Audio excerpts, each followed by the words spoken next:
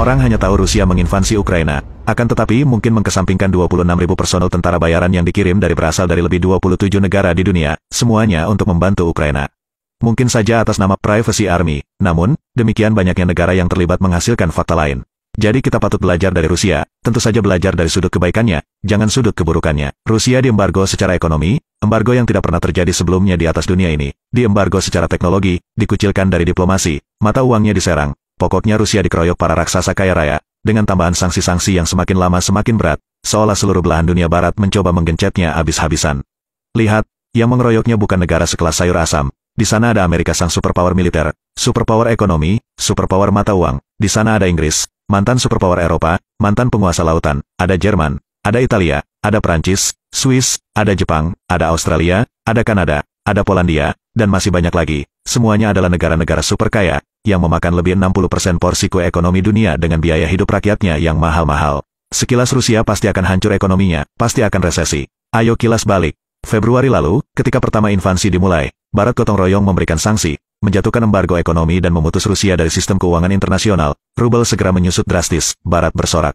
Pemberitaan besar dengan grafik meyakinkan diperlihatkan bagaimana grafik ekonomi Rusia menyusut tajam, dan rubel seolah tersungkur. Tapi Putin tersenyum dan berkata dengan tenang, tunggu saja permainan baru akan dimulai, merekalah yang memulai. Benar saja beberapa bulan berlalu Putin secara mengejutkan memutuskan pasok gas harus dibayar dengan rubel. Mendadak dolar dan pound sterling, seperti membentur dinding karang, dan terhenti agresivitasnya, lalu perlahan-lahan keadaan terbalik, rubel terus menguat, dolar dan diikuti oleh pound sterling mulai melihat fakta, bahwa permainan ekonomi global sedang berada dalam genggaman Moskow.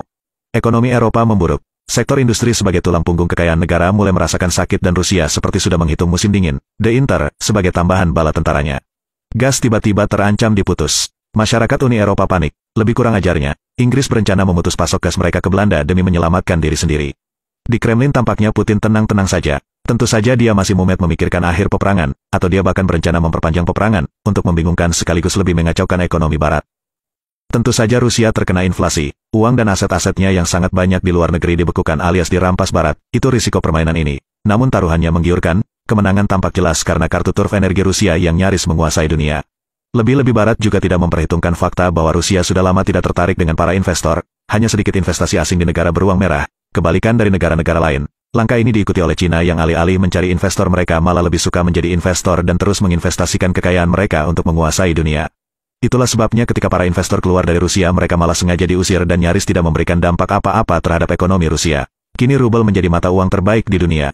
Kini Eropa terancam resesi dan peningkatan pengangguran yang buruk. Di Inggris mulai bermunculan demo dari kaum pekerja. Amerika juga memperlihatkan tanda-tanda lampu merah, dolar mulai turun diikuti pounds dan mata uang euro. Nilai mata uang mencerminkan kekuatan ekonomi. Ada tren yang diabaikan, bagaimana masyarakat kebanyakan lebih membenci NATO ketimbang Rusia. Apakah ini tandanya Putin sudah sukses menunjukkan betapa kuatnya Rusia? Belum, menurut pakar ekonomi Barat mereka sangat khawatir bagaimana Cina dan India mulai memborong energi Rusia dan membayarnya dengan rubel. Rusia dan Cina sepertinya dipercaya merencanakan ini semua sejak lama, mereka mengetahui rencana invasi berikutnya. Kondisi hubungan internasional kian memburuk ketika Biden juga berkata mereka akan mengirimkan tentara untuk melindungi Taiwan. Hal tersebut membuat Cina marah dan dapat dipastikan sedang menyusun rencana jangka panjang untuk menghancurkan Amerika secara finansial. Kita berdoa semoga Perang Dunia Ketiga ini berakhir, karena nyatanya sudah hampir 60 negara di dunia tumbang ekonominya akibat krisis energi dan pangan yang diakibatkan invasi Rusia ke Ukraina.